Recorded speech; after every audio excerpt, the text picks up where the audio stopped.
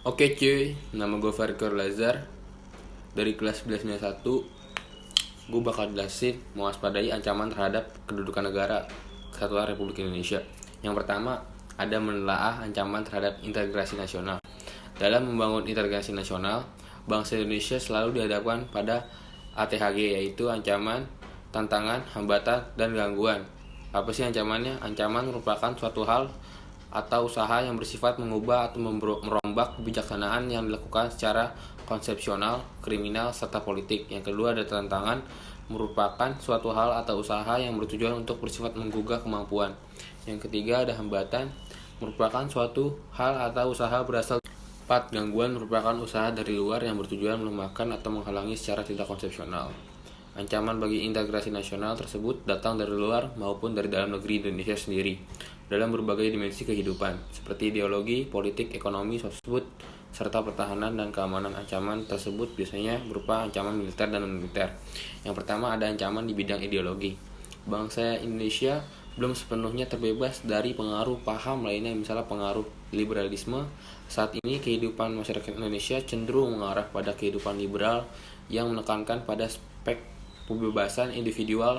Globalisasi ternyata mampu meyakinkan masyarakat Indonesia bahwa liberalisme dapat membawa manusia ke arah kemajuan dan kemakmuran.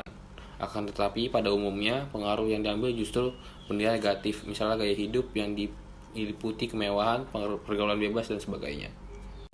Ancaman di bidang politik. Ancaman di bidang politik dapat bersumber dari luar negeri maupun dalam negeri. Dari luar negeri, ancaman di bidang politik dilakukan oleh suatu negara dengan melakukan tekanan politik terhadap Indonesia.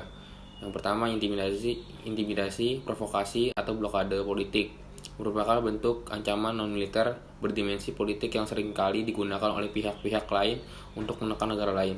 Ancaman yang berdimensi politik yang bersumber dari dalam negeri dapat berupa penggunaan kekuatan dalam bentuk pengerahan massa untuk menumbangkan pemerintah yang berkuasa.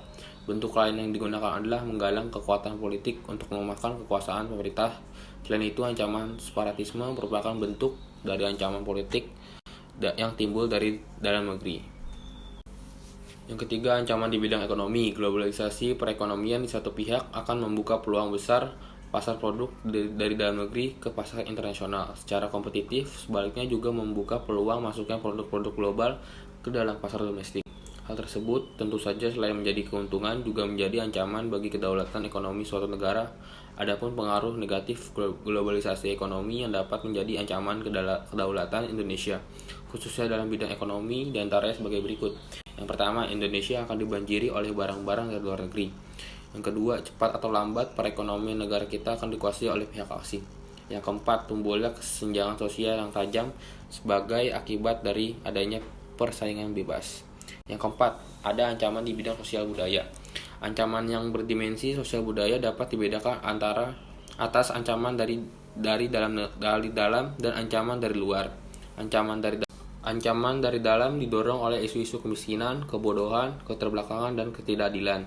Isu tersebut menjadi titik pangkal timbulnya permasalahan seperti separatisme, terorisme, kekerasan, dan bencana akibat perbuatan manusia. Isu tersebut akan mengancam persatuan dan kesatuan bangsa, nasionalisme, dan patriotisme. Ancaman dari luar timbul sebagai akibat pengaruh negatif globalisasi, diantaranya sebagai berikut: munculnya gaya hidup konsumtif yang selalu mengonsumsi barang-barang dari luar negeri, munculnya sifat hedonisme, artinya sikap individual, munculnya gejala westernisasi. Yang kelima, ada ancaman di bidang pertahanan dan keamanan. Ancaman militer adalah ancaman yang menggunakan kekuatan senjata dan terorganisasi yang dinilai mempunyai kemampuan membahayakan kedaulatan negara, keutuhan wilayah, dan keselamatan segenap bangsa. Ancaman militer dapat berupa agresi atau invasi, pelanggaran wilayah, pemberontakan bersenjata, sabotase, spionase, aksi teror bersenjata. Ancaman keamanan laut dan udara. Gangguan keamanan di laut dan udara merupakan bentuk ancaman militer yang mengganggu stabilitas keamanan wilayah nasional Indonesia. Yang B, strategi mengatasi berbagai ancaman terhadap Ipolexopudamkam dalam membangun integrasi nasional. Yang pertama, strategi mengatasi ancaman di bidang ideologi dan politik. Yang pertama, mengembangkan demokrasi politik. Yang kedua, mengaktifkan masyarakat sipil dalam arena politik. Yang ketiga, mengadakan reformasi. Yang keempat, memperkuat kepercayaan rakyat. Yang kelima, menegakkan supremasi hukum. Yang keenam, memperkuat posisi Indonesia dalam kancah politik internasional.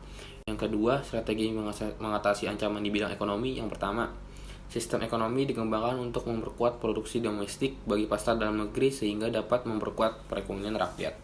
Yang kedua, pertanian dijadikan prioritas utama karena mayoritas penduduk Indonesia bermata pencariannya sebagai petani. Yang ketiga, strategi mengatasi ancaman di bidang sosbud atau sosial budaya. Dalam menghadapi pengaruh dari luar yang dapat membahayakan kelangsungan hidup sosial budaya, bangsa Indonesia berusaha memelihara keseimbangan dan keselarasan fundamental, yaitu keseimbangan antara manusia dengan alam semesta, manusia dengan masyarakat, manusia dengan Tuhan, keseimbangan kemajuan lahir, dan kesejahteraan batin. Kesadaran akan perlunya keseimbangan dan keserasian melahirkan toleransi yang tinggi sehingga dapat menjadi bangsa yang berbineka dan bertekad untuk selalu hidup bersatu. Yang keempat, strategi mengatasi ancaman di bidang pertahanan dan keamanan. Yang pertama, ada kerakyatan, yaitu orientasi pertahanan dan keamanan negara diabdikan oleh dan untuk kepentingan seluruh rakyat. Yang kedua, ada kesemestaan, yaitu seluruh sumber daya nasional digunakan bagi upaya pertahanan. Yang ketiga, ada kewilayahan, yaitu gelar kekuatan pertahanan dilaksanakan secara menyebar di seluruh wilayah negara kesatuan. Sekian dari saya, kurang lebihnya mohon maaf. Wassalamualaikum warahmatullahi wabarakatuh.